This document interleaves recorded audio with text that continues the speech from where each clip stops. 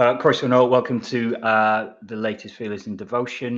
You can see it's a bit different today. Tim is live in the house because he's down. He's in the flat anyway, because he's down for a concert, and obviously we went to Wimbledon yesterday. Let's start with that. How did you find it? Mixed. It was quite. It wasn't a bad game. It was just a little bit.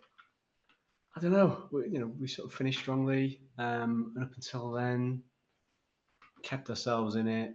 Obviously, lucky with a goal. Very lucky. Very lucky to fight the goal. But if you don't shoot, you don't score. Simple as that. Yeah. And then, obviously, they were good value, really. I mean, the draw was a fair result. Could have been a lot worse had it not been for the Foster save, penalty save. I haven't really.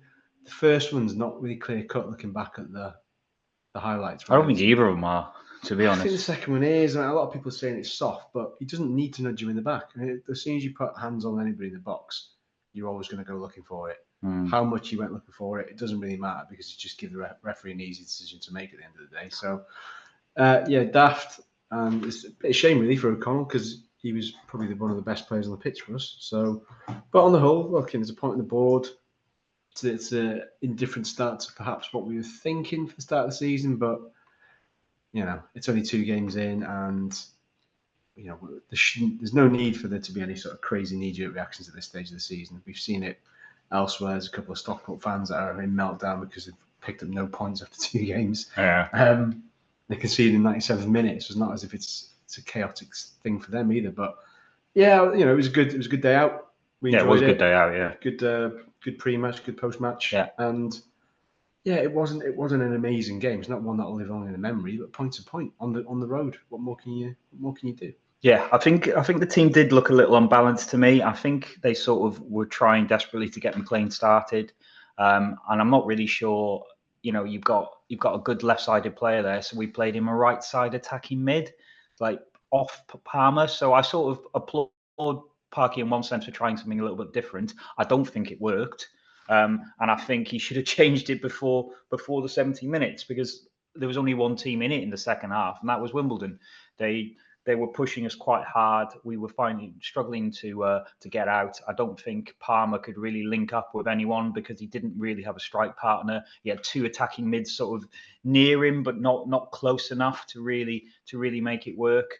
I did actually feel that we were much better balanced in the last 10 minutes when Luke Young came on to actually help O'Connor in midfield, who was getting overrun a little bit. And I think McLean on his natural left side looked quality there. Really, really good. Some great balls in. I don't know if he's got the legs to play wing back for 90 minutes as a 34-year-old. I don't know, but probably not. Yeah, who knows? But then where's he signed him for? Do you think he signed him for that left hand midfield berth of the 3? Yeah, I think so. It's an awkward one, isn't it? Because ultimately there's a bit of versatility with several of those players. Yeah.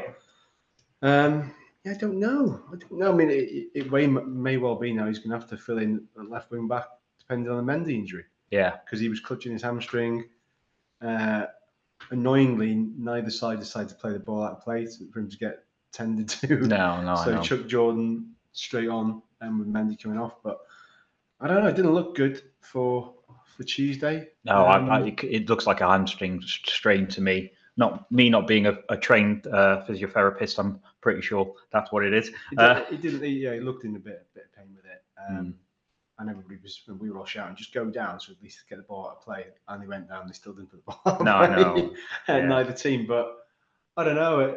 I felt a bit sorry for Mendy because he had a lot of the ball yesterday, and a lot of people said he was really, really good. I thought he was all right. I didn't think he was really good. He was all right, but I think he had a lot of ball. But did he do a lot with it? No, he didn't really take on his man much, and I think a flying Mendy can do that. Yeah. He can give their defender something to think about, and he didn't really do that yesterday. I think a lot of the times he was picking up the ball, and you're right. The left-hand side was a good outlet for us.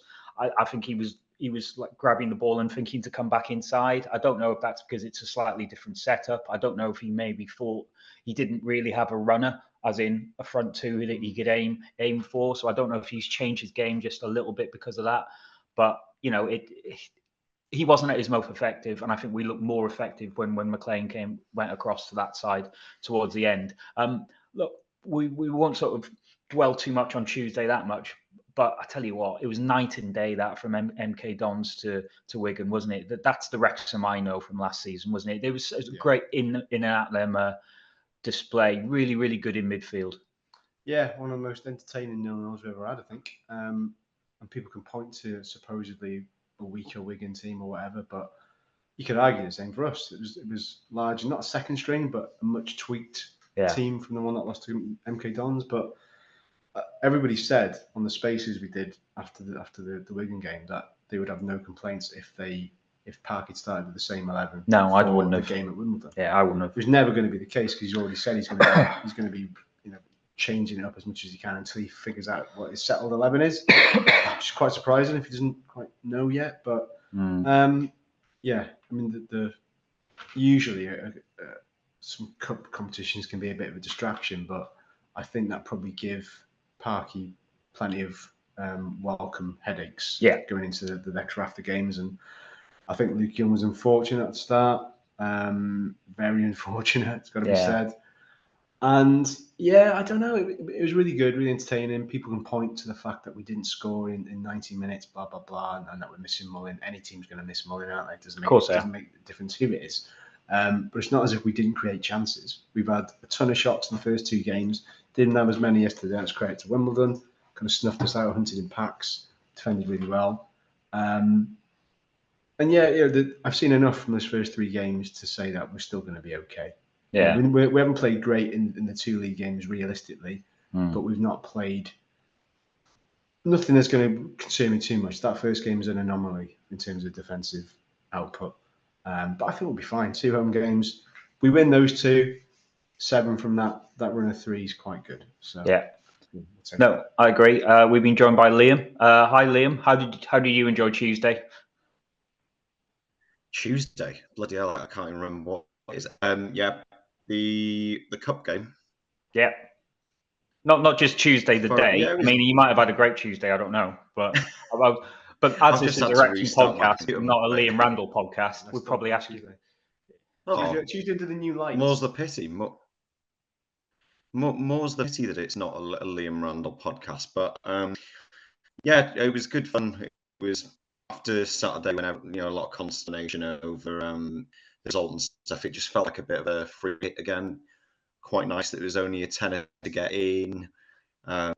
Decent atmosphere as well before the match, and I thought players gave a really good show of themselves, including a lot of players who didn't get a chance on the Saturday. So yeah, players like Luke Young, you just get a reminder, what they're about. I think the penalties at the end as well was good fun. It went straight to penalties because I could not be bothered being there till bloody 11 o'clock at night or whatever it was.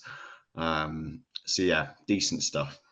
Yeah, good. So your 2 takeaways in. It didn't go on too long and it was cheap. I'll have that. Yeah. Right, we've already talked about Saturday because you were late. So you don't get to talk about. You both look very cozy there, sharing your microphone. Just do you want to pop your heads just together a bit? What, do you want us to kiss? Is that what you want? Yeah, he's got the mic slightly at the wrong angle. I could hide myself there, but okay. It's fine. I think he's done you dirty there, Tim. I think he's done that on purpose. He's got like 70% of the screen, and I've got Well, it's my house, my rules. Right. Do you know anything about this new keeper? He's definitely Irish. I know that much, and he came from Sligo Rovers, which is a little known fact about Sligo. It's where Westlife are from. Well, sorry, most of Westlife are from, bar one member. So which one member isn't? There you go. How's that for? Nicky Byrne is from Dublin. Can't believe you were ready. Absolutely did not know you were a secret Westlife. Well, it's not even a secret. You're not even making a secret of this, are you? You are a Westlife. No, Becky, but that calendar there, that's Westlife as well. All right, it's got date of births, where they're from. Any relations to any other keepers from? Because one of Westlife was a keeper, wasn't he? If we want to go down the Westlife. Nicky Byrne. Nicky Byrne was a goalkeeper, and he played in Soccer Aid in goal as well. Anyway, that's my embarrassing knowledge about that. In terms of this Do you actually keeper, know anything about this keeper? God, no. Oh, fair enough. Look, that's why he's doing it. Like, if we're just talking about Westlife instead. No, look, I understand why they've signed him. Our keepers are of a certain age. They're all past 30. They're well past 30. Yeah, I mean, Leighton's injury prone. Howard, was our first choice last season, but was usurped by Foster. You do need to look at the future on this. I think, am I right in thinking Leighton's injured again? And I think with that, Parky thinks I need to bring someone else in, someone who's better than Calderbank. I can't even remember. Kai Calderbank Park, who's now reliably informed he's signed for Bury. Oh, is he? Right. Cheers, Jabbo. Yeah. And the other guy, I can't even remember his name. Rory Watson, was it? Yeah, that guy. So if you've got to have someone who's going to come through, and why, who's better to learn from than the likes of Ben Foster and Howard, who are good pros. So yeah, I can see him sort of coming through in the next couple of years. I think it's a good signing. The sort of signing we should be making more of, young players with potential who can come through. Right. We're going to invite another guest on in a second just to talk about a little charity venture they've got. But do you have any transfer news before we get him on? Do you want me to play I do indeed, jingle? yes. Have you got the jingle ready? You're more prepared than me today. No way to treat your house guest, this.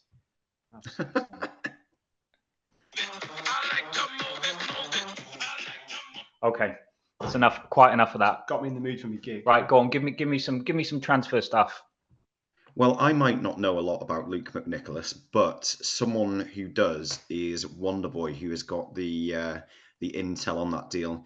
He said he's only on loan at first for budget purposes, quote unquote.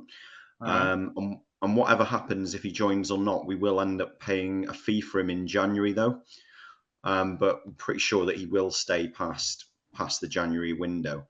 So that's quite an interesting one, because you could get a sort of fourth keeper, you would think, on a free. But I think you're right, though. Are they looking to the future to try and sort that position out? Because I think that's something that a lot of us would like to see. So apparently we had 5 different goalkeepers on trial over the summer, and this is what they've settled on essentially. Okay, so has he already been on trial then? Did he come over across and they took a look at him rather than just plucked him from the Irish League? It sounds like it's probably intel from people we've got at the club. We've got quite the Irish contingent now, haven't we? So I think it was intel from them that we've come to settle on him. So yeah, other than that, there's a lot of things have gone quiet. The Virtue thing has gone quiet. Wonderboy says, can I say this word on a family podcast? The $500,000 bid for Shamanga is bollards, he said. Which doesn't surprise me really. There's just something about that which didn't really feel right to me. A meeting involving transfers was held on Monday, just been, where the owners were there. So be interesting to see if we do see much before the window closes. Apparently Parky is looking for a pacey striker who can play on the shoulder, which I'm guessing is trying to replace what Mullin gives us for the time being. Yeah. And then any more? I tell you what, he's very well organised, this Wonderboy. He might be a secret agent, but he does a big Google document for me now with all the latest transfer gossip. Does you a Google document? I've had the same document. When you've done your transfer news, I do have one golden nugget of information. How true it is, I don't know. Do you want me to tell you it now? Yeah, go on. So apparently, Ryan Reynolds video called James McLean to get the deal over the line, fully dressed as Deadpool, to convince him to join. Oh, nice one. So how much truth is in that? I got DM'd about it. Thank you to that person. I like it. I like that rumor. It would make a handy little piece for season 3 of the documentary. As far as I'm concerned, that's 100% true. That's 100% true. I like the idea of it. I think he Deadpool 3 is it's a misnomer. It's not happening. The whole thing is a ruse to get James McLean to sign for Wrexham, and everyone's in on it, including Hugh Jackman. But yeah, that film's never going to see the light of day. And it worked. We got the man. Yeah, right. Let's introduce our next guest. who is just connecting to the audio. This is going to be good. If he doesn't sound like a proper Lower East Side gangster. No, Jay's not a Lower East Side gangster. I want to be a gangster. Hey, how's it going, guys? Oh, he might be Semi-gangstery. Yeah, I like that. Jay, you are live. Thank you for joining us. Now, that was a brief story behind this. I met Jay over in Philly. Good to meet him. He's obviously a fan of the club from the documentary and before. So, just before you get into it, Jay, just sort of say, what sort of really attracted you to the club? But, it's quite a good story, isn't it? That so many Americans are taking this club to the heart. What was it for you? Yeah, first of all, before we get into it, I'd like to thank you guys for devoting part of your podcast towards this effort, and also take the opportunity to thank all the donors that helped raise almost $1,600 for the Wrexham Foodbank in the first week of the campaign. So Thanks to everyone. As far as what got me into interested in the town and the team was the documentary, right? I had never heard of Wrexham or its team, before the documentary, but I instantly identified with the town, its people, and kind of their story. I grew up in a similar area that was, hit hard in the 80s by the drop in manufacturing, and I saw it affect people, that I was related to, plus people that I went to school with, and so instantly, I felt a connection to the area, and once you kind of fall in love with the town, the people, and story, it's really easy to root for the team, because you're basically rooting for the people when you root for the team, right?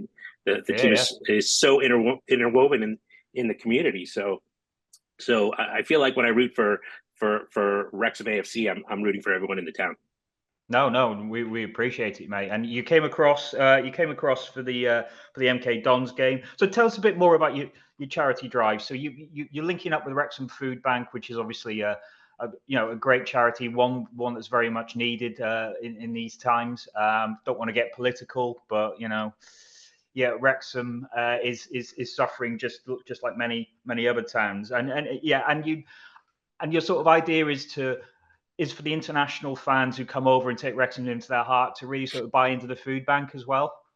Yeah, I mean that's sort of the impetus of the whole idea, of the whole concept. So food insecurity is something that's present in every community around the world, unfortunately. But Wrexham is fortunate to have such a great organization like the Wrexham Foodbank to help support people when they're in need. And the concept is, when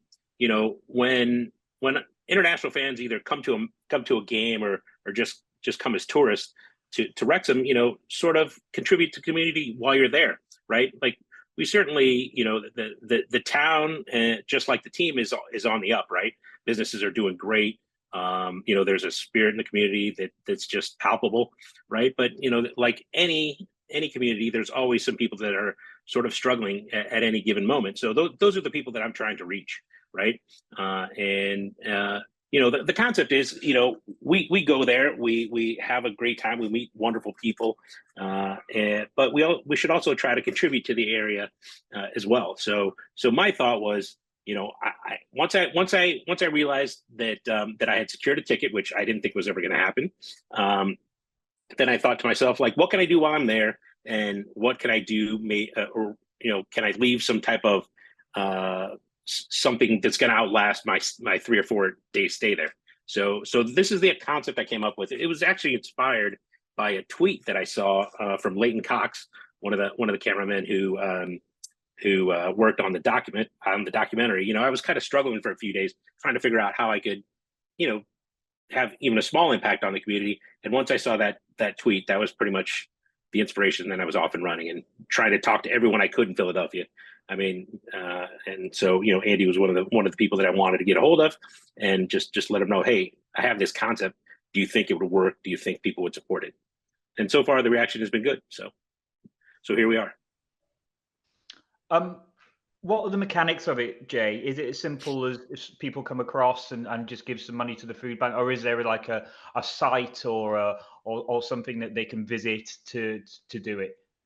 Yeah, so we have a link and a QR code that can take you to the International Dragons Fund landing page on the Food Bank's website, or so that's in the tweet, and I've also sent it to you guys, so hopefully you can flash it up on the screen for a little while.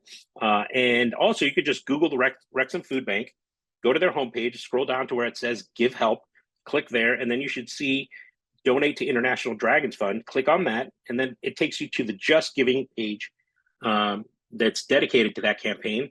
And then you can donate.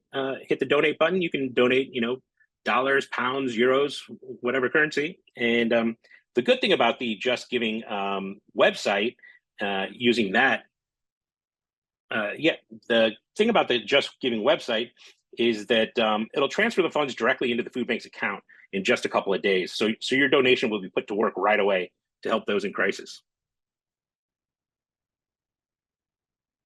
Jay, that's great. I was just sharing the. We're not very technically minded here, but I think that worked. I think we're sharing the QR, the QR code, and obviously we'll put it in all the links for this and on the site again.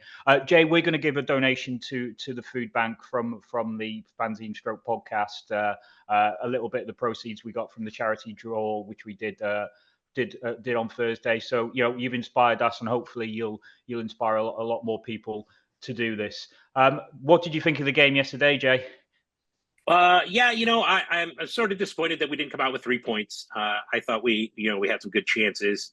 I did like the lineup. He Parky kind of mixed it up a little bit. I would have liked to see Luke Young come on the field a little earlier, maybe. You're not the only one. Because I like. Yeah.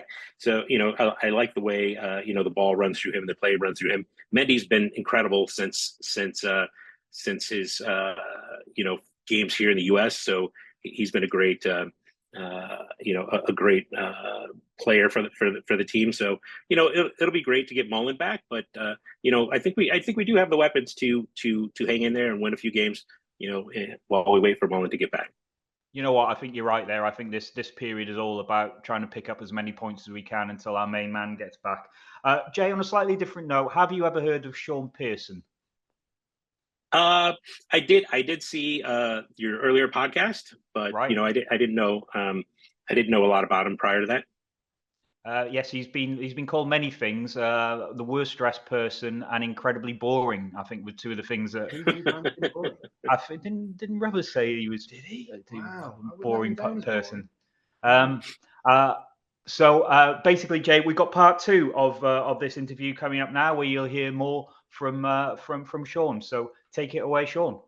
Let's move on now anyway to the 2019-2020 season, Shaun. Maybe the less said, the better, really. Recruitment in the summer was interesting. Andy's written some names down in our brief. I'm not going to do that to you. Do it. No, what I wanted to ask you was, what was the first day of pre-season like? Was it one of those moments where you kind of, oh God, we're in trouble here? There's a lack of quality. No, not straight away, to be honest with you. No, we signed JJ Hooper, who JJ, like, ability and potential wise, was without a doubt better than the conference. Not a bad lad in anything like that, but it was his mental side of his game that he, like JJ for me, wanted to play off somebody all the time, wanted to play off a big man basically, but he, to me, should have been that big man. He had all attributes to be that guy. I remember playing Barrow first game of the season and he was superb, and I remember thinking, like, this is what we've needed, like, this is bang there. And then, do you know what was funny that season? I remember if you'd have stopped the game after 70 minutes away at Boreham Wood, the second game of the season, you would have thought that was the best 70 minutes of any Wrexham team I played in, away at Boreham Wood. 2-0 up. We were absolutely brilliant. Devontae Redmond was fantastic. They brought on plays for Wales, the winger, Sorba Thomas, is it? Yeah, Sorba and Thomas. he completely changed the game, and we ended up drawing 2-2 in the last minute. And I remember all the lads on the bus on the way back, like, who was that guy that come on? Because he was phenomenal.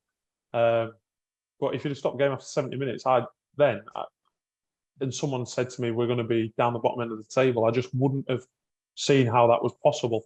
But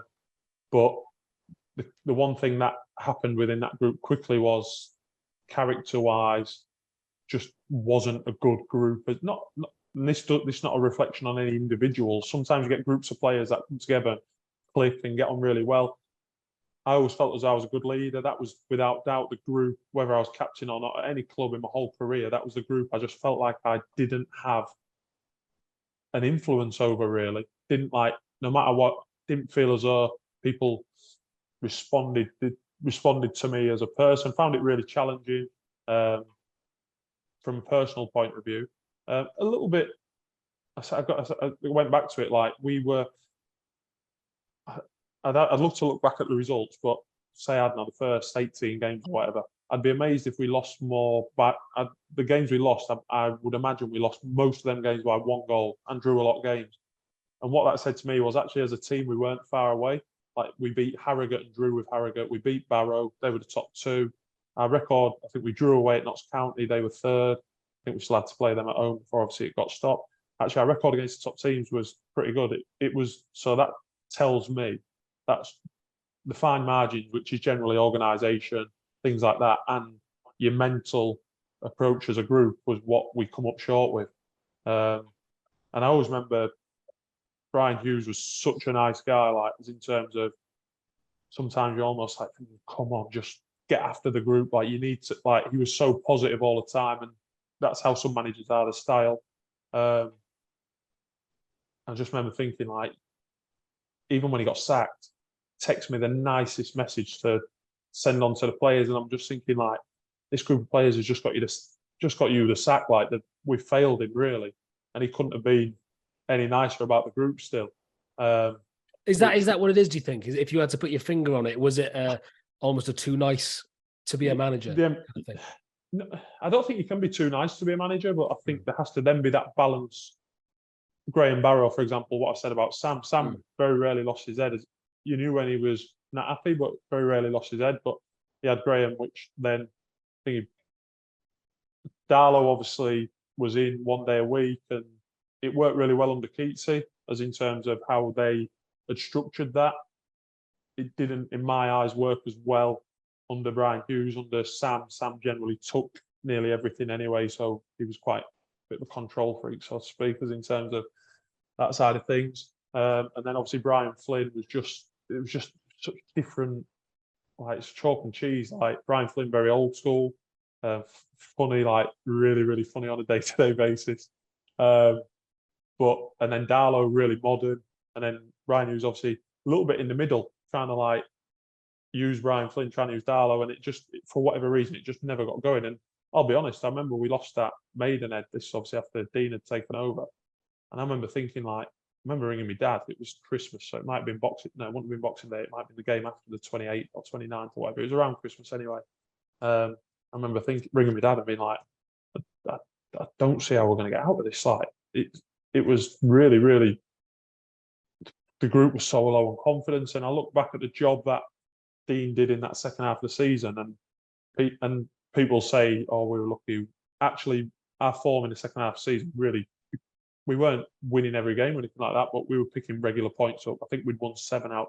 We'd got 7 points from the last 4 games before obviously the season got curtailed. And again, had a perfectly good goal against Eastleigh, which would have made it a win the last game to make it 3 wins. So I think I'm more than confident we'd have gone on to stay up. I actually think the teams that were 5-6 points clear of the drop were the ones that were really vulnerable, because we were in reasonable form. Fylde had won the last 2. There was different teams picking up. But yeah, I don't think Dean gets enough credit for the job he did in the second half of that season. Really, that's interesting. I was going to say, what was the reaction in the camp when he was brought back? Was it kind of like, was everyone quite relieved? Obviously, people would have played under him before. Yeah, I was pleased because I knew how he worked. Definitely helped me get back to better form, 100%. I felt like to start with, we didn't have an initial like booster out like that, and I felt a little bit like he come back a little bit. I don't know if stum's the right word, but from his time at Walsall, you could tell he was a little bit more. I don't know what the right word is. Like he'd been let down by he felt probably that he'd been let down by his players at times and things like that. You could sort of see that a little bit when he come back. And I thought it took him a little bit of time to adapt and start giving players that trust again. and he got a couple of his own players in, which obviously always helps. And then I think we picked up. We weren't perfect by any stretch, but we were picking up regular points. I think we'd been away to Harrogate and won. We went away to Bromley and won. We'd started to get some half decent performances, and I think we'd have had more than enough to make sure we stayed out of it. I look back and I think he'd done it was a tough. I remember thinking this is like the whole atmosphere around the club was really negative. Obviously, I'm not saying it shouldn't have been, by the way. And obviously he come back with a little bit of like, it wasn't like before where everyone loved him. Like it had a little bit split. So I think the job he did was really, really good when I look back. And I think like fair play to him. Should have got more credit than what he got for it. Fair to say it was a bit of an edgy season, wasn't it? I mean, just quickly on JJ Hooper, that injury stuff that was going on with him that season. What do you have any insight into that? Because is there a sense that he was too nervous to take the pitch? Do you know what was going on? I think injuries with all players it's so hard to judge. Like I look back at my career, and obviously I know what I played through. So you think you're praying for you. Obviously, as a player, I think, my pain threshold was pretty good. I always remember, for example, like the first season I joined, I got injured in pre-season, barely played. The first game of the season, like there was no way I should have played in a million years. Wasn't fit. Think he's like, it'll be fine. Like basically, just like there's no way I wasn't going to play. And I remember thinking the first 3 or 4 games I actually was playing okay, which probably helped me get through it. But I remember thinking going into games like I didn't feel right. Some players can't play through that. You don't know where each player's pain threshold is. So, and maybe a little bit at times he was frustrating because you thought, come on, JJ, it can't be that bad. But who are we to know whether it was that bad or not? I try at the time. You find it frustrating because you want him out there because he can have such a positive influence when he's at his best. He was really, really good. So that was hard at the time. I got really frustrated with it. Looking back now, he might have been just as frustrated. He just showed it in a different way. Like people have different emotions. So it's an hard one to say really, but 100% we could have done with him out there more. But I just think if you look at this is one of the hard things in football is especially football fans can't separate the football player and the football person. This is nothing personal against JJ, but something's gone amiss in his career for him to end up where he's ended up. Because ability-wise, he should have had a football league career really for a good 10, 12 years. Yeah, it's a real shame, isn't it? I saw that he was at Gloucester at the end of last season, but not sure hopefully he'll get something and he can. And definitely his injury problems will have played a part in obviously his decline. But he's definitely natural abilities. He was quick, strong, good touch, good finisher. Like had all the attributes you'd want, but for whatever reason didn't quite work out. Well, look, towards the end of the season, obviously you were already club captain. Wrexham had taken you into their hearts, but I feel like it was during the pandemic that the town of Wrexham and the people of Wrexham really took you into their hearts because, of course, for people who don't know, you carried on working and you took up a few jobs. When you tell us about that and why and sort of the thought process behind that decision, because it was quite rare. There we go. There he is. There we are. Outside the fan hall. Oh, what a haircut. That's a pandemic haircut. That's a lockdown cut. I'll tell you a funny story about that haircut. I was shaving it short, but I had just a pair of clippers that I had in the house. So I'm shaving it. I take the end off to obviously clean it because my hair was quite thick. Just forgot to put it back on. Went like that twice and then obviously realised and thought, I've got to take it all off here because obviously I'm absolutely messed up. Tell us about the decision. I'm going to pop a light on because it's all gone dark here. But tell us about the decision for carrying on working and why you made it. I think the initial part to talk about is obviously the going into the pandemic. Football gets ended. Blah blah blah. Didn't know how long it was going to end for initially, so there was obviously no thoughts or anything like that straight away. But then we obviously get furloughed, and I think something that group of players, for as much as it struggled as a group of players for the football club, actually as a group of people, we were asked to take pay cuts basically by going on to furlough. no top ups. So obviously, if you were above whatever, like I was on, oh well, I'll say it, bother me. I was on £900 a week at Wrexham, so I go on to £600 a week. I lose £300 a week. Spencer explained the reasons why the club needed to do that. I explained it to the group. There was a couple that sorted themselves out with the club, so I'm not sure exactly what they did in the end. I don't know if they, I obviously won't name any names on that. Don't if they took the pay cuts or whatever going on to furlough, but the rest of the group, without any real, there was a couple of questions like, well, what happens if the club get the money back? Like, are we going to get it back, basically? Actually, that group of people took a decision for the benefit of that football club pretty much straight away to put it in a safe and good position. And like, I look back at it, and for as poor as they performed, that was, that was a big decision to make, because Football League clubs, for example, had the power of the PFA, where when clubs asked them to go on to furlough, if they didn't get topped up, they just say no, and the PFA would back them up, basically. In the National League, you don't have any of that. I went to the PFA to try and get advice. I set up a group with all the National League captains. Basically, we just wanted to, me and one of the other captains wanted to try and make sure everybody, forget just Wrexham players, but everybody in the National League that at least was going to get the furlough money, because some of the clubs were talking about they couldn't put the players on furlough and they would not get paid at all. So it was a mental time.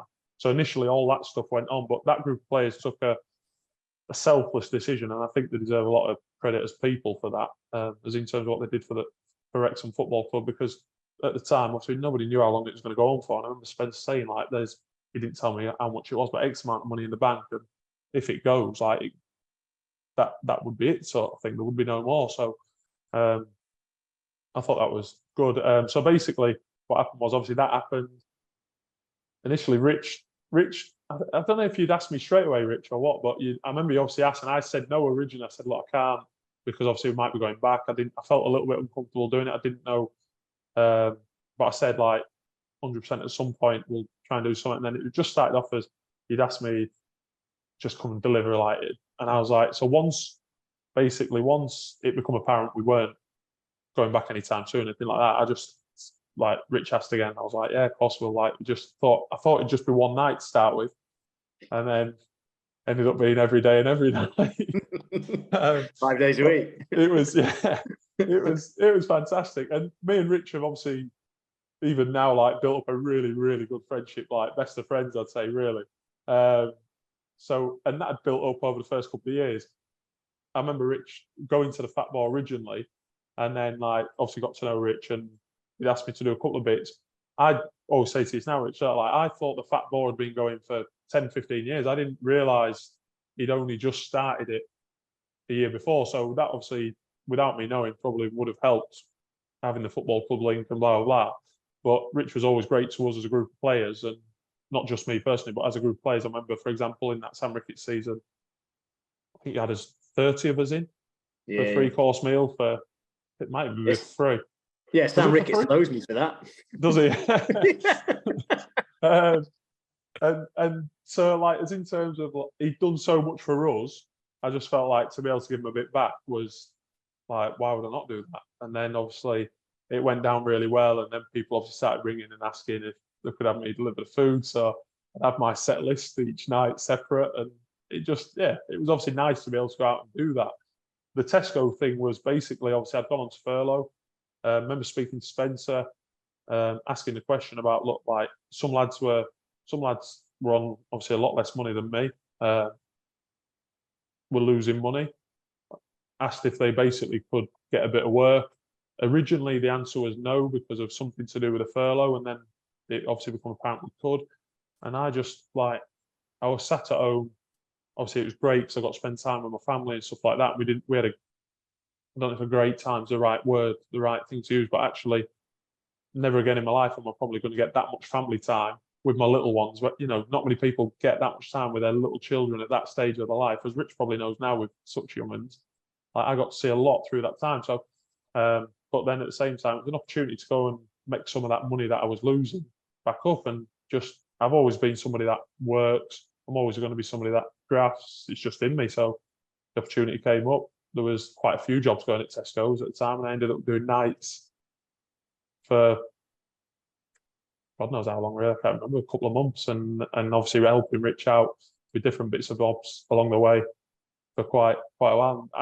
Looking back, I thoroughly enjoyed it, to be honest with you. It was like, as in terms of, as much as I love spending time with the wife and kids, being stuck in the house constantly all the time, it was nice to be able to actually sort of have some normality in a way, even though working at Tesco's wasn't my normality. It became a little bit of normality. Actually, you spoke to different people. It was different, and it was I always remember being in like the Fat Ball, for example, and like a couple of lads worked in there who like constantly give a stick and stuff like that, and obviously I give them a stick back and just trying to explain to them about, like, if they got an order wrong, that's no different to somebody making a mistake on the pitch, but how, like, actually getting an order wrong, it's not the end of the world, but somebody makes a mistake on the pitch. Did you take the opportunity to scream at them and boo at them in the kitchen? Yeah. We had a couple of moments, didn't we, Rich?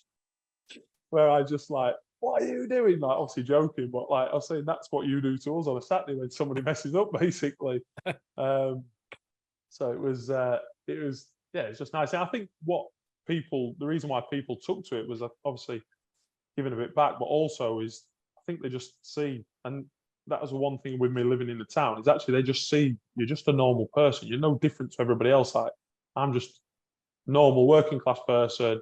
If people say hello and are friendly to me, I'll say hello and friendly back. And like, I like talking, so people talk to me. Some players are a little bit more shy, maybe different things, don't want to talk. I don't mind talking. I'm quite a social person, so it was a good opportunity. Last question quickly. So you had nights at Tesco and then delivery driving for a local despot. Which one was your favourite? Oh, definitely Tesco. Definitely. To be fair, some of the I had a good laugh at there's a couple of old boys that worked at Tesco, and they'd come down, they'd be like, they'd hammer me like, you passed it, blah blah blah, and then I'd be like, how are you still working here at 75? Obviously, they'd only be about 60 or whatever. So we had some enjoyable time. It was a little bit like football dressing room banter at times. So it just brought a little bit of normality. But one good story was when when COVID broke out and the football club had decided to do a thing. Basically, we were going to ring round season ticket holders and ask them if they're okay, have they got the support they need, and all this sort of stuff. And I got the over 80s bracket, so I'm ringing through. Most are fantastic. One guy, I rang off my wife's phone, and I think he still texts my wife to this day, like asking random stuff about football, which is great. But I ring this one guy. I ring up, hi, Shaun Pearson from Wrexham Football Club. Obviously, he asks, he's like, I think he said, who I like sales captain, Shaun Pearson, Wrexham Football Club. Doesn't obviously registers that it's Wrexham Football Club. Look, just ringing to make sure you're okay. Have you got support? He's like, yeah, I really appreciate that. And then he goes, what can I just say? What happened last season? And I was like, oh, terrible, wasn't it? Blah, blah, blah. Then he goes, and that captain, I don't know what's happened to him, but he was useless. I'm on the other end of the phone to obviously an 80-odd-year-old bloke, and I like, initially I think like, what can I say? So I go, yeah, terrible, wasn't he? What more can I say? And, by the way, Shaun, my granddad says hi. It was such a, obviously so funny looking back on it, like, as in terms of it just being genuine. Obviously, he didn't think I was very good, and funny. Like, now I look back with humour on it.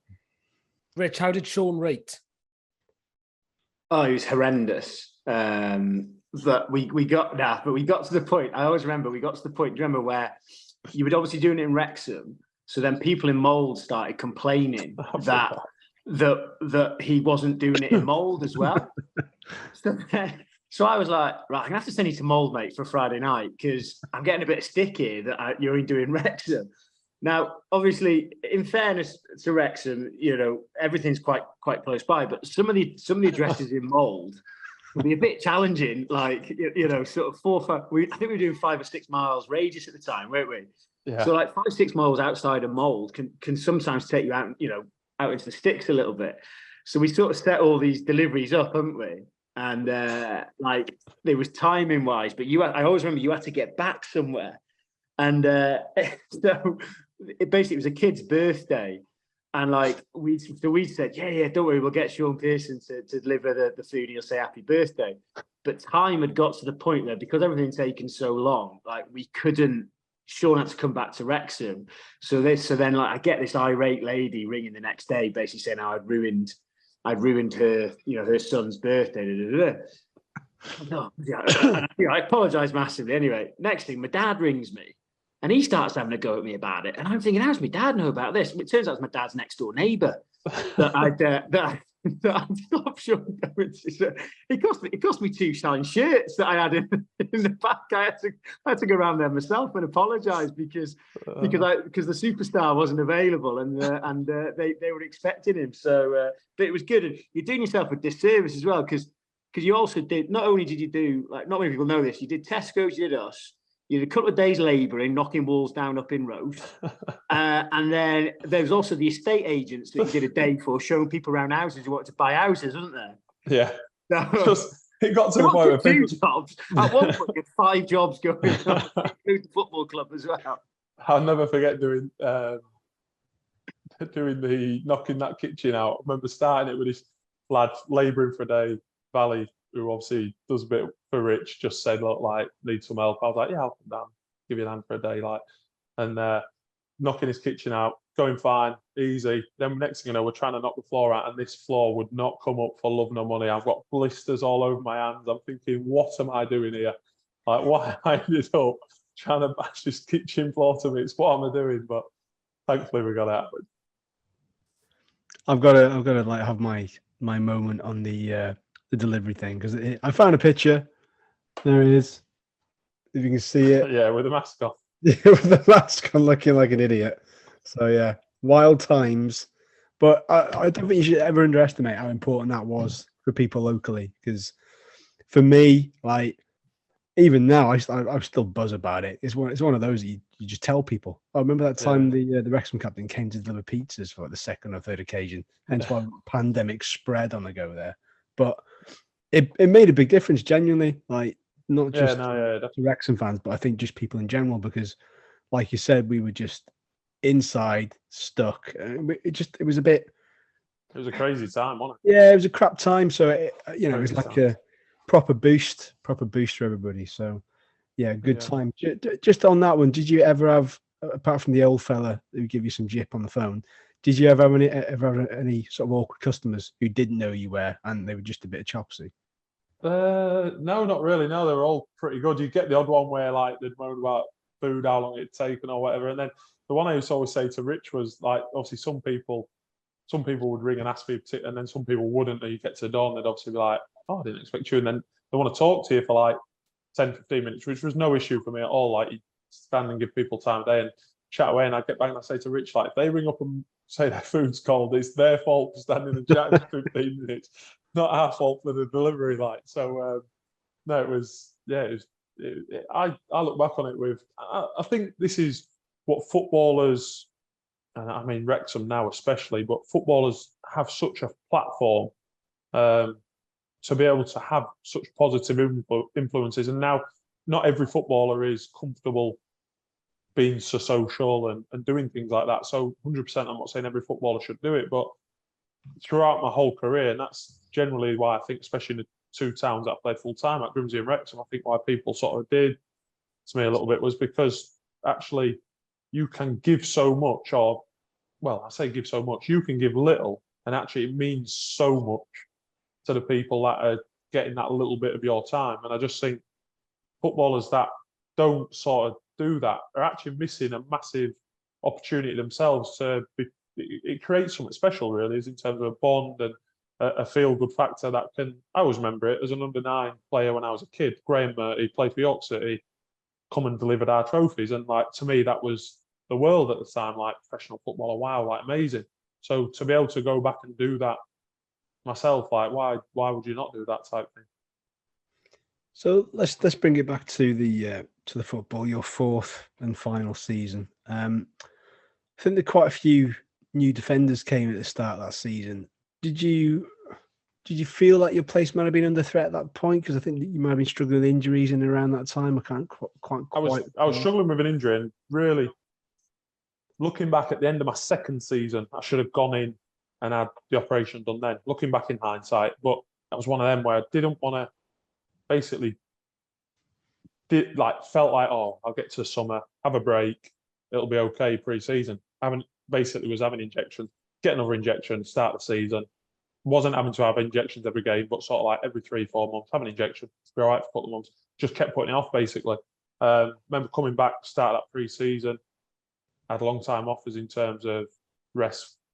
Felt okay, but a couple of weeks into the pre-season, not sure if it was just, not sure what, but like was starting to feel it pretty quick. And the injection now, because I've had that many of them, wasn't really having an effect on it as in terms of the pain. So I remember like saying I could do with having it work, like basically treated on. Keith saying was basically like, well, you can't until I get another centre half in, basically. So like that's why I ended up getting, which was totally understandable. I was a bit like thinking, oh, still I might be all right. And then I think you got Kells in pretty late, and then it became pretty obvious that I could go and get it done. So I went and got it done. That was the only time I think I look back in my career. I've obviously been dropped a couple of times, but actually I don't think I'd ever missed more than maybe 2 or 3 games in a row with an injury, and that was the first time in my whole career where I'd missed actually a substantial amount of games.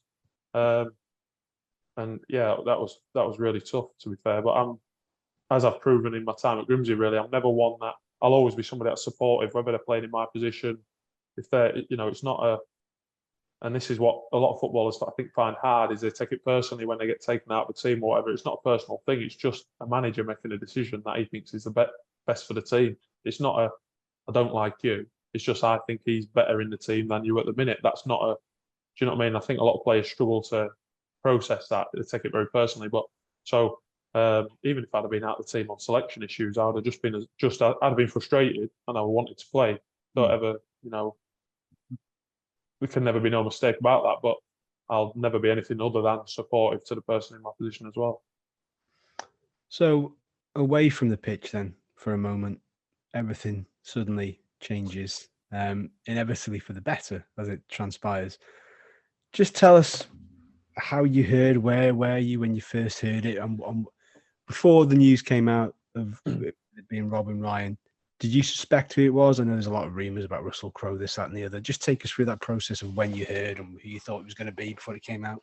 I can't remember exactly if there's any rumours going about before. Spencer pulled us, basically, the group of players, sat out in the stand, well, social distancing, so I had to sit apart and all that. And, just said to us that basically there's somebody's made a bid for the club. We'll never believe who it is when we hear, but you can't tell us who it is. And that was basically, he said a little bit more, but basically that was what he left us with. So at that point, no idea really. And then obviously as time went on, there's rumours, but never at any point did we, or I definitely didn't know that it was obviously Rob and Ryan at any point. I think literally the night we got told, maybe an hour before we got told, someone said, oh, apparently it's these 2 guys. Like, and I'll be honest, I'm not overly thingy with like famous people and stuff. So it wasn't like, to me, I'm not like, it wasn't like, whoa, but I sort of got it was going to be a bit, well, I think, no, if I'm honest, I didn't get how big it was going to be.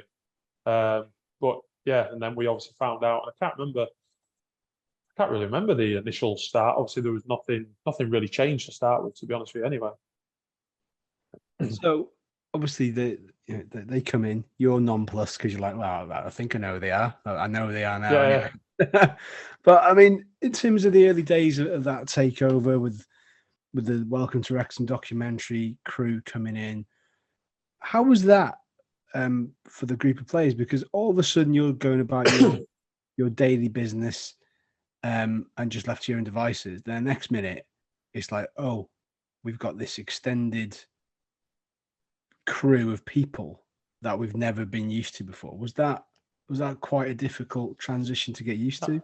Yeah, definitely, as in terms of the dressing room and the day-to-day things at the club. That was definitely a massive change and took a little bit of adapting to, a trust thing as much as anything.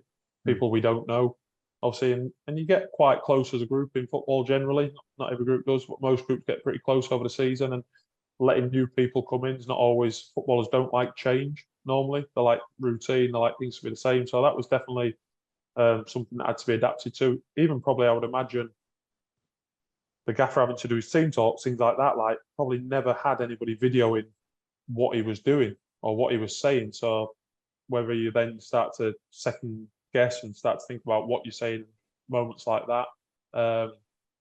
And then obviously you'll do some things naturally, and then they would ask you like, oh, can you do that again? Because obviously like the basic want that moment. So I'm not saying a lot of it's like that, but some moments are a little bit. So then it is a little bit awkward at times because you might have like, I don't know, or like, for example, I was being very sportive from the side. A little bit, I'd be like that anyway. I was like that with Grimsby, but actually a couple of times, Keatsy would send me the opposite side of the ground. Obviously, no fans in. Like basically, like just be a message for us that side. Basically, like get on to people that side. Whatever you see, you can obviously relay things to them. So a little bit like part of staff in a sense. But then because of there's nobody else there, you can obviously hear my voice. So then they obviously want to film me, and that become a little bit awkward at times because then you feel like, oh, it's not just natural. You feel like, oh, like just a bit awkward in terms of camera. But to be fair, the camera crew and the people that worked were like top draw. They couldn't have over the season. Them as people couldn't have made us feel more comfortable with them being there, and actually built our trust to a point. Although I would say a little bit towards the end, so we'll probably get onto this, but a little bit actually towards the end of the season, it was maybe a little bit, it felt as though we didn't fit the storyline a little bit. Like if this group got promoted, does that fit the storyline? And that was a little bit, I don't know if us against them is the right thing, but there was a little bit of that. And I remember having a chat with John Hennion, who was the main guy that was, director's the right word or whatever, and like him having to reassure me that, and I was obviously in relaying that message to the players. But there was some difficult times as well, without a doubt. Interesting, very interesting. If I said to you hashtag no goals, no sleep, who's the player that springs to mind? Played him at Grimsby first. Adi Yusuf, funny character. Tell us about the bus. Tell us about the bus, because amazing. We all know. Amazing. Tell us. Adi sits at the back of the bus. Obviously, Gaffer's at the front of the bus. The bit I learned afterwards, Gaffer's already had a phone call, so Gaffer already knows what's going on, but Adi doesn't know that the Gaffer knows. So, like, where we have like a card school, Adi never comes to the card school. Like, didn't play cards, not with us anyway. And he's like hovering near, and like I just remember what's he doing? Then he's like obviously basically told us that he's basically got an opportunity to go, but he needs to get off. Like, doesn't know whether to go tell the Gaffer or go ask the Gaffer. Obviously, the Gaffer knows at this point, but obviously the Gaffer's going to make him come down and ask, because obviously if that's what he wants, then he needs to come and ask for it. And it's just funny, like awkward, really awkward situation. And then obviously he goes down, speaks to him, and we end up stopping at some random services on the way down to, I think it would have been Eastleigh maybe at the time, I'm not 100% sure, but somewhere down there. Like, we were pretty close to where we were getting to as well. So yeah, I ended up stopping, and he wishes the lads all the best. And I suppose that's football in a nutshell, really, as in terms of that football does change like that in an instance. And off he got, and that was the last we saw of it, which was bizarre looking back. But it just, I remember Pete speaks to Keatsy that night, and he was like, I already knew his agent and spoke to me, and I just love how he like let him stew on it for a bit and be nervous about coming down to the form. Who had the extra leg room on the coach on the way home then? Who was he sat next to? I can't remember. Who would have been there? It would have been Kwame Thomas.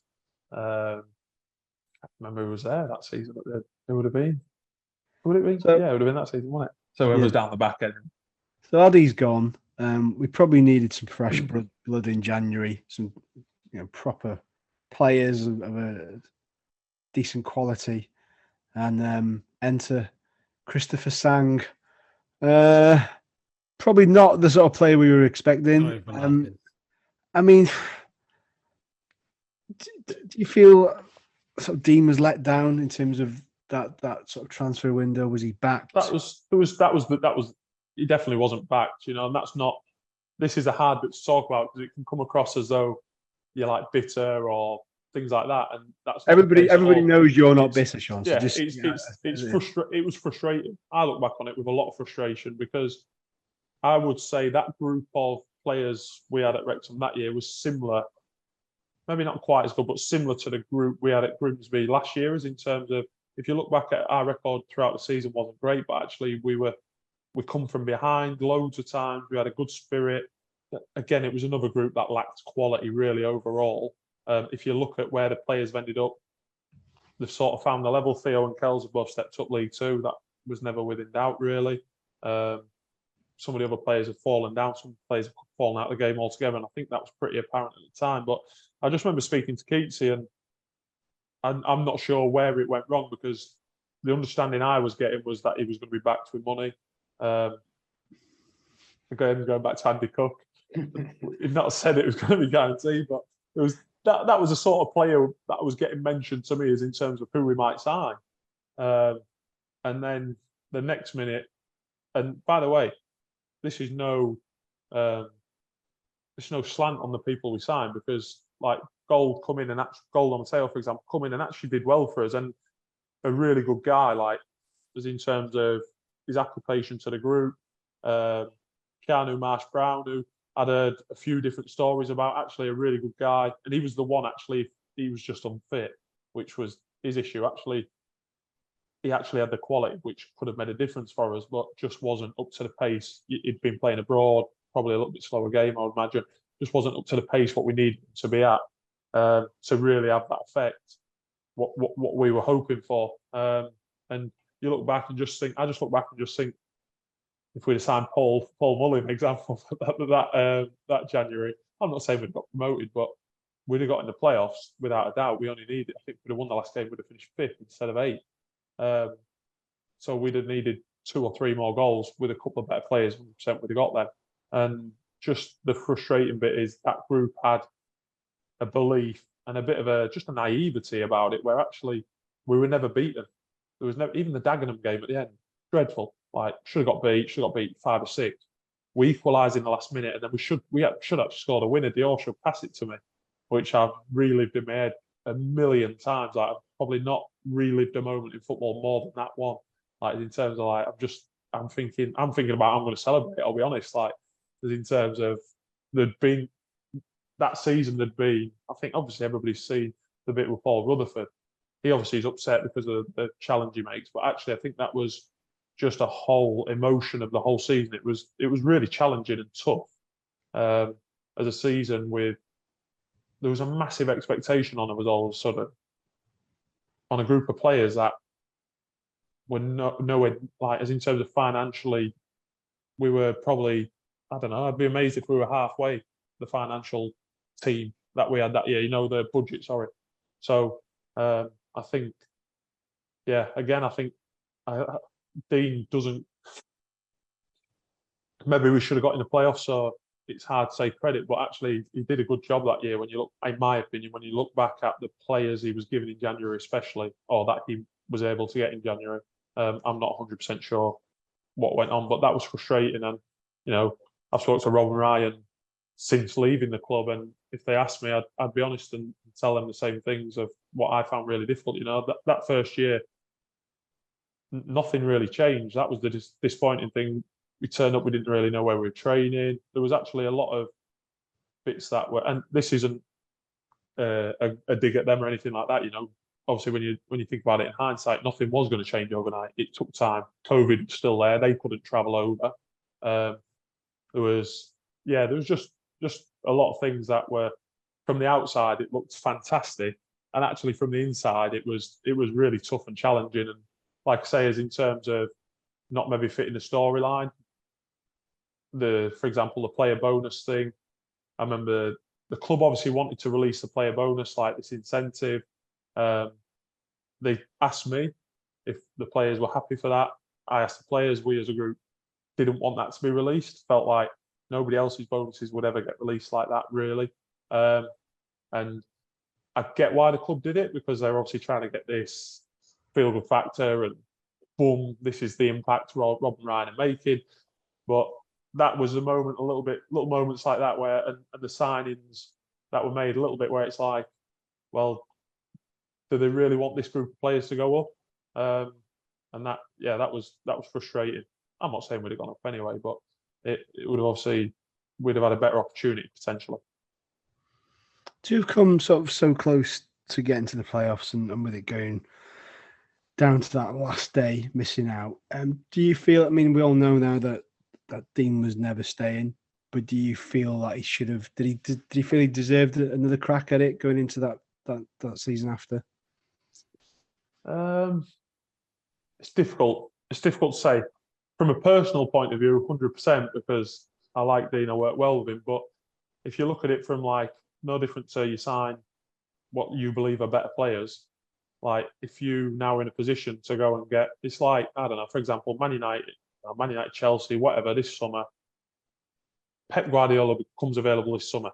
Pretty much every team, if they have the opportunity to get him, are probably going to take him. So if you can improve anything in your club, that's the ruthlessness of football. Like, if that's what they want to do, they want to go to the Premier League is obviously what gets talked about. And if that's what you want to do, you have to constantly look to evolve and improve. You can't, and that's going to be part of the challenge and the test along the way, I think, probably for the club, is actually as supporters, you get an affiliation to some of them players now that have obviously got the club out of the National League. But actually, at some point, there's going to have to be some ruthless decisions where actually these players aren't going to be what we require moving forwards. And that's going to be a difficult thing for the club to do, without a doubt. So looking back, going back to the Dean question, as ruthless as it is, I fully understand why they did what they did. The only thing I found surprising was that they didn't have it already done. Right. You see what I mean?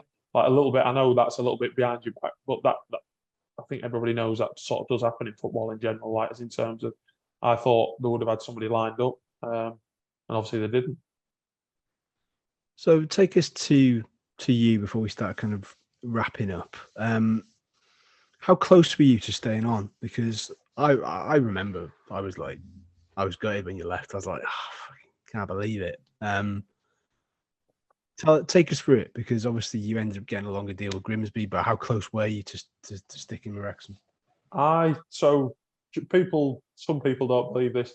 Genuinely, I'd spoke to Paulo a few times about different players. Not at any point had he made any indication that he wanted to bring back to the club. I then so we get to the end of the season. I have no idea what's going on.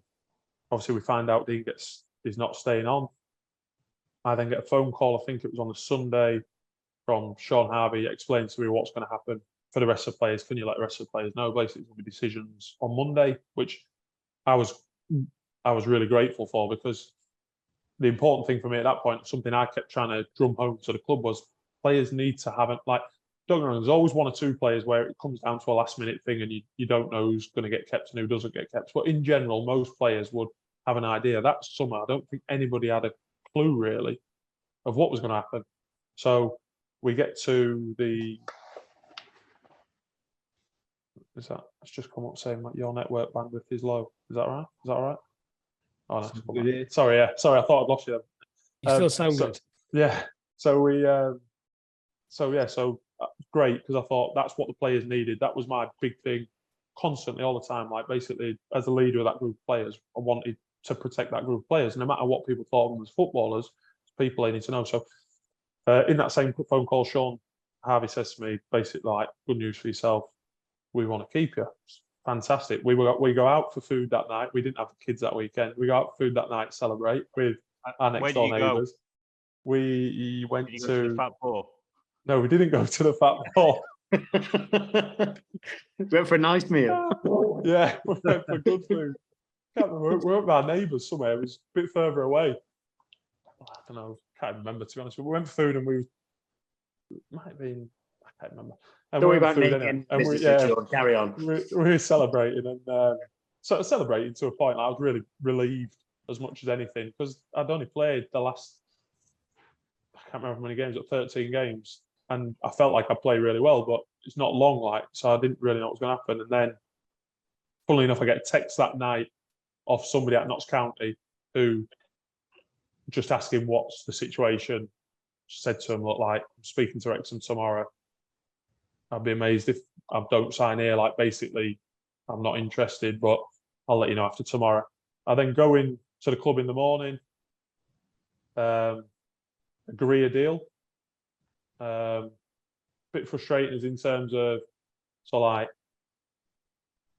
again, don't want this to come across bad, but as in terms of what they offer me a deal, they offer me a pay cut basically. I negotiate, we get it back up, so it ends up £900 a week again.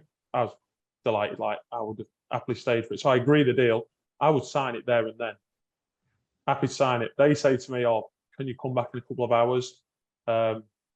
We can't, like, we've not got it written up basically, and we've got a couple of meetings to do stuff. I'm like, yeah, no problem. What time do you want me back?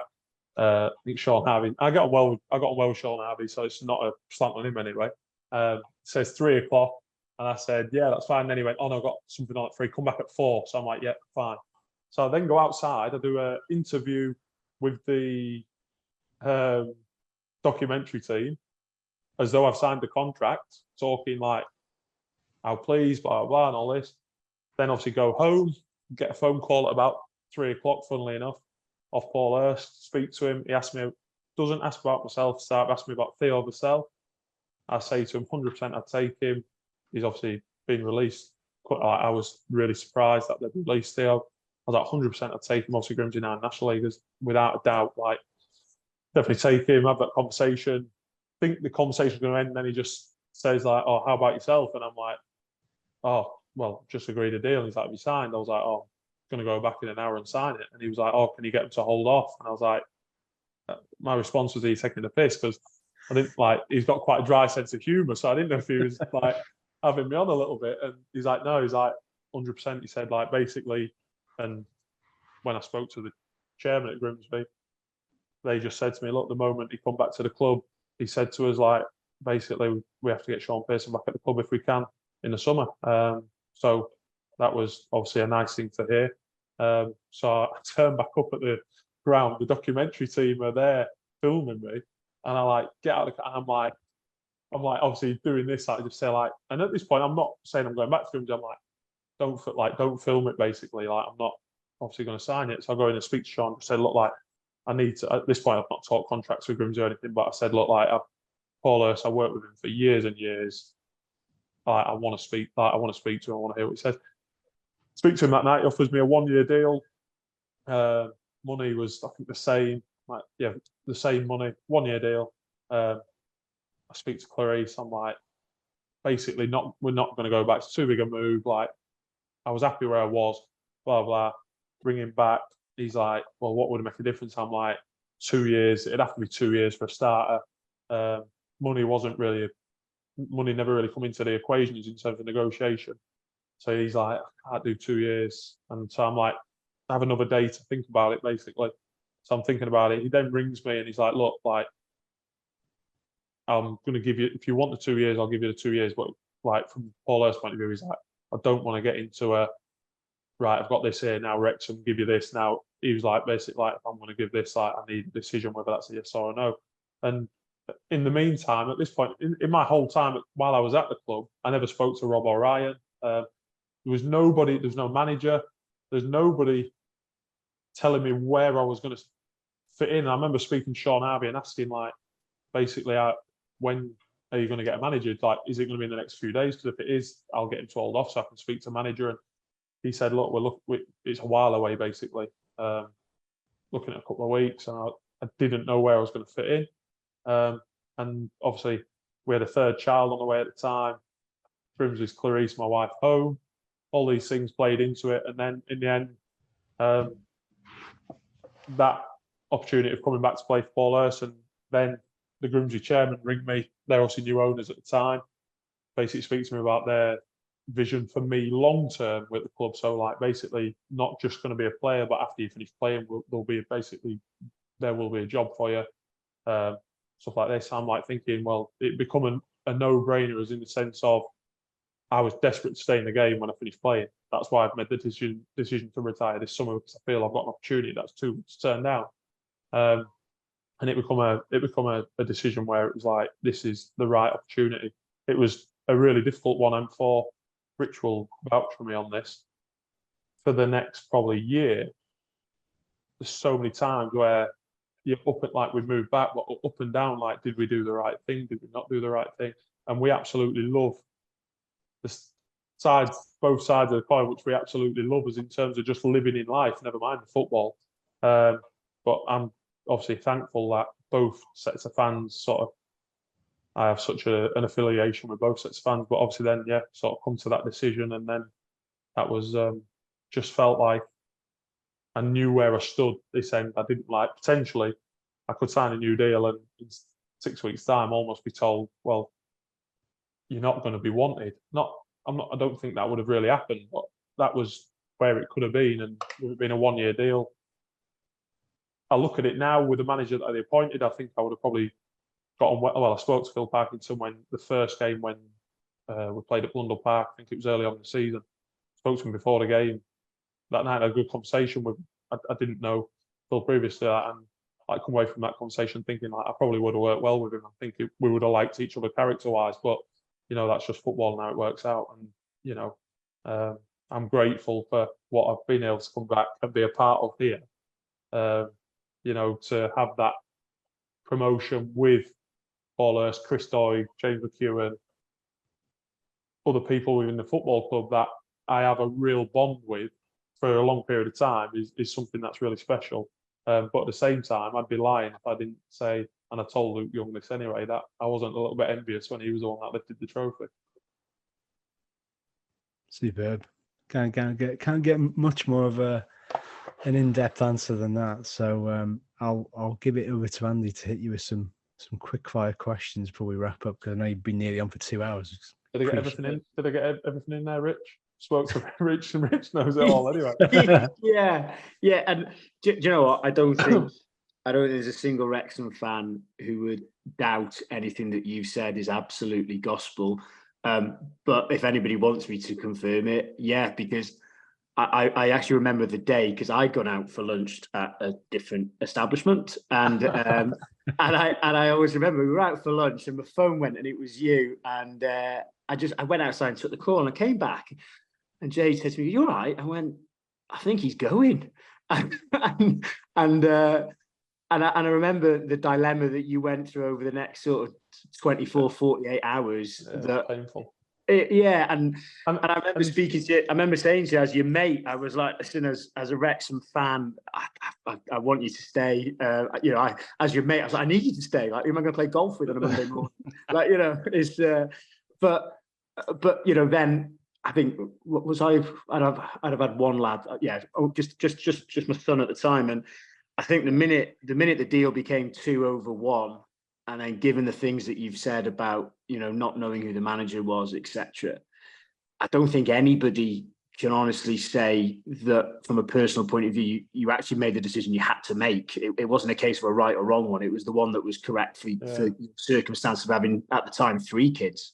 But I won't pretend that, I was one of the fans that I was devastated. And I always remember my first ever endeavour onto this podcast, and Mr. Gilpin hit me with a question of, well, Shaun Pearson's left us because he couldn't get a 2-year deal, and we've just handed Ben Tozer a 3-year deal. How do you feel about that? I was like, bloody hell, right?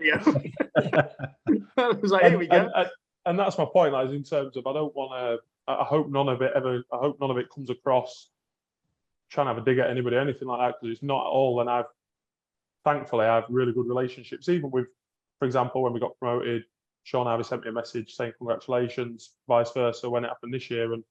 And funnily enough, spoke to both Rob and Ryan a few times since leaving the club, and obviously got on really great, and they've been fantastic with me. So as in terms of things like that, so I wouldn't ever want it to come across like that. I'm just being honest, and that's how it played out. I think, Shaun, you were asked the question, you answered it as honestly as you could. And as just to echo what Rich said, no Wrexham fan thinks ill of you for taking that 2-year deal. Maybe that fella that you phoned up. He was delighted. Yeah, he drove me to Grimsby. He was delighted. He was buzzing to get rid of it. And if you look at it now, like I look at it now, the quality of players that they've signed, like, and this isn't trying to put a slant on myself or anything like that. Like, the club's going one way, you know, and they're only going to get better and better, and they're ambitious, and the way they're doing it's fantastic. So the one thing I like to, I think maybe if I'd have stayed, is looking at how it's set up, and I think I would have probably fallen into a role on the non-playing staff anyway, but I wasn't to know that at the time. So, but Shaun, you can always say that you beat Wrexham back to the Football League. So I mean, I know, yeah, and that game was obviously crazy game. Crazy right. Game. I know you said you were a grafter, but this has been nearly 2 hours. 2 hours of hard graft, and after this, you've got to drive down and knock my kitchen wall out. So we need to we need to tie this up a little bit. So what I'm going to do is, before I get into the quickfire, we do something called the Fearless in Devotion moment, and it's over your 4 seasons at Wrexham, the one moment that sort of filled you with most pride, sort of playing for the club. Anything that comes to mind? The obvious one's the Chester moment. Obviously, was fantastic, but to be fair, like, the groups of people, especially the first couple of years and the last year, to be fair, just the pride I felt, like, for example, the pride in moments of, like, someone like Jordan Davis, like that second half of the season, he obviously started to kick on before obviously having an excellent season here after I left, but I feel like I had a real positive influence on people like that at times, and really helped him progress and adapt and things like that. And just, I look back at pride with the relationships, probably is the right word, the relationships I built. I look back and I'm proud of the work I've done as in terms of that side of things as well. Right, let's do the quick fire. So first person that comes into your mind, for your time at Wrexham, who's the most skillful? Dan Jarvis. Yeah, few have said that. The second one is, and Shaun Pearson has been the answer to this a few times, who is the worst dressed? Worst dressed? Rob Layton. Got to tell him, because he always wore the same 2 trackies for God knows how long. He's another popular answer, I'll be honest. Who is the most underrated player who didn't really get the plaudits? Rudds gets a lot of love now, but didn't always get the love he deserved. Like, as in terms of, he was just a proper team person, as in terms of, like, what he brought to the group was irreplaceable, really. Who was the biggest moaner? Apart from me, James Jennings. Got me and Jeno. We were like, yeah, never, like, not moaners in bad ways, moaners in good ways, but yeah, we really did enjoy moaning. Right, and last one from me, and you can't answer Mike Fondop on this. Who is the player you'd least? It doesn't have to be a player. Who would you least like to fight? Least like to fight? Jay Harris. He was horrible. He was horrible. He would have, like, he wouldn't have been a clean fighter, Jay. He would have done anything to. Great guy, but yeah, wouldn't have done anything to get one over on you. No, that gives me nightmares. Couple of last quick ones, Shaun, as well. I mean, when Wrexham finally did get promoted, I'm guessing you were pretty pleased. Were there members of the squad that you messaged? Who did you get in contact with? I spoke pretty much everybody I was there with, really. Max Flueth, Youngie obviously had text, said, like, amazing moment for him to lift that trophy, and deserved it. Like, as in terms of, if there's anybody that could have lifted it instead of me, I would have picked him every day of the week. Who, for as quiet as he is off the pitch, a real leader, as in terms of the way he plays and applies himself on a daily basis.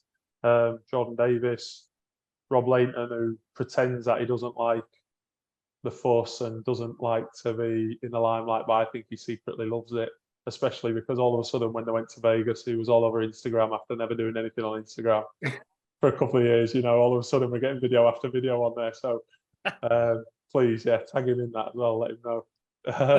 So yeah, no, all the lads that I was there with, just really, really pleased for the people like Rich, or like yourselves, like just people that I got to know in my time there, who I knew had been through. And this not to say that the new fans, so to speak, are not allowed to enjoy it. 100% enjoy it because they're part of the journey. But actually, the people that have been through them real dark times and stuck down there and thinking it's never going to end, I was just really pleased that they finally got that moment that they'd been waiting for, really.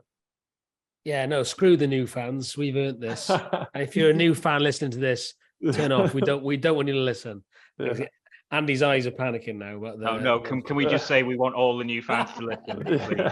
You're very welcome in this broad church of Wrexham. That's a beautiful part of the story, though, isn't it? Like, the amount of people that are now into it. And actually, two things. Actually, it saddens me in a way, because that was my one thing at the whole time at the club. Like, you could see that potential there, and almost like why could we not get that? Yeah. You know, I remember Spencer Harris telling me, who was, I never said this earlier, Spencer telling me at the time about the takeover, and actually me saying, Spencer, like, it's fantastic, love it, blah blah blah. But actually, a part of me in that initial moment was a little sad, because to have done it as a supporter's own thing would have been really special in a different way. Would have been really special too. But sorry, go on. No, you're totally right. Funnily enough, we've discussed that a few times on the podcast. You're absolutely right. I think, nothing would have been more wonderful than beating Fleetwood to that title, for example, and then or going up in 2018, like as a fan zone club. It just wasn't to be, unfortunately. No. Last question, I promise. You've just played in League Two. What can you tell us to expect? What can we expect from League Two? What's the step up like? Last season, I thought looking at us, we finished with 76 points, I think, when we come up. So you look at the difference now, you finish with 111, which is obviously crazy.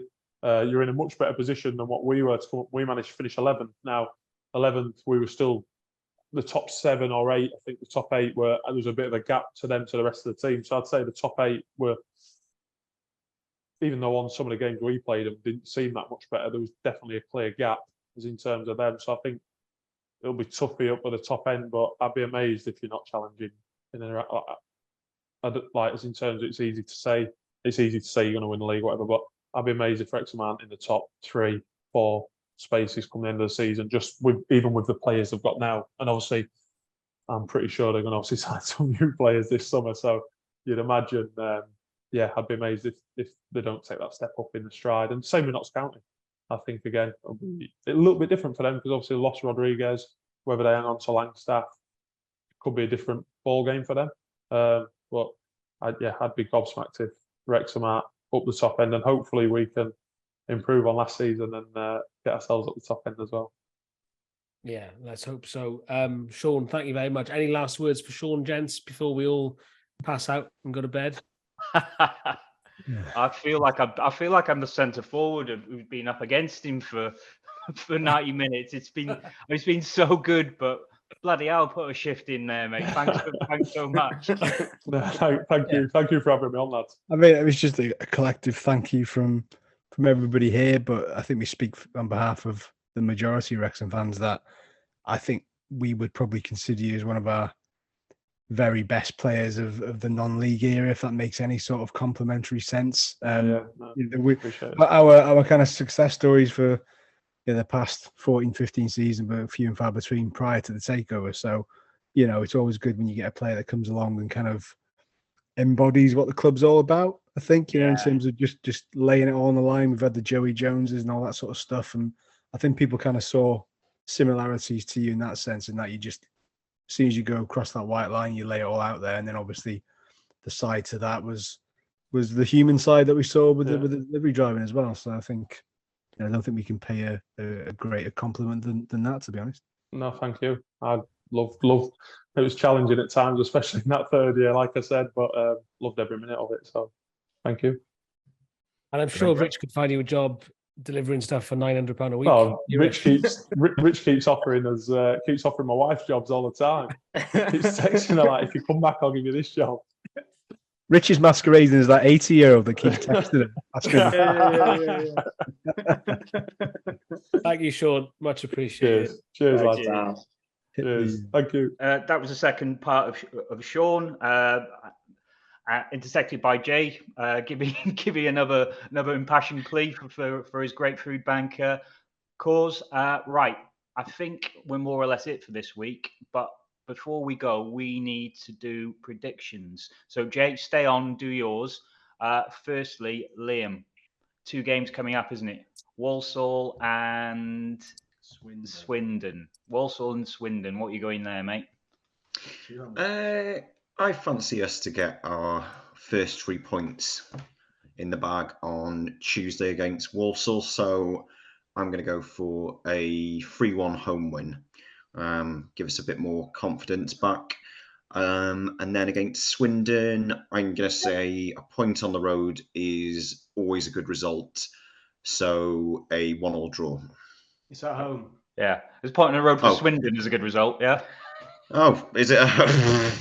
I've done all my research before I've come on today, as you can well tell. So that journey to Swindon back to Wrexham that I was going to make, well, I won't need to do that now, will I? Okay. I'll still go 1-1. I'll stick with my. I like a man who balls it up, but then sticks to his guns in the same thing, right? This is why the club needed to send out little memorandums of the season tickets. It's all because of that. It's all the club's fault. It's not mine. Yeah, as Liam turns up on the Magic Roundabout in Swindon on Saturday, eager for his match. Right, Tim, what do you think? 6 points. Yeah. Yeah. I just think it will. I don't know why. I just, we're still decent at home, irrespective of the first game, and I imagine that will eventually tell. We've had a little bit of a bedding period now. 3 games in. Yeah, I think we'll be all right. I think we'll snatch a cheeky late win against Walsall, do what they did to Stockport the weekend, and then I think the Swindon game will be a bit more of a tighter affair. Might just be a 1 goal in that one, but I fancy us to take the 6 points. Thank you very much. A little bit like you, I think we're going to definitely. Well, we're not going to definitely win. No, that's roll back on that. Mystic Gill. I think we're going to beat Walsall. I think it's going to be probably about 2-0. I think we're going to have more energy in midfield. I hope to see Luke Young start. And then I think Swindon's going to be a lot tougher, but I think we can sneak it. I think it's going to be 2-1 right at the end. And that will be a pretty good start to the season, all things considered, as we recover from our US hangover. Jay, what do you think? So I'm predicting 2 wins. A win on Tuesday and then a win on Saturday. I think the crowd is definitely going to power the club forward. They were disappointed in the MK Dons match. I think they're just going to drive the team forward on Tuesday, and so I see something like a 2-0 game there, and maybe like a 2-1 on Saturday versus Swindon.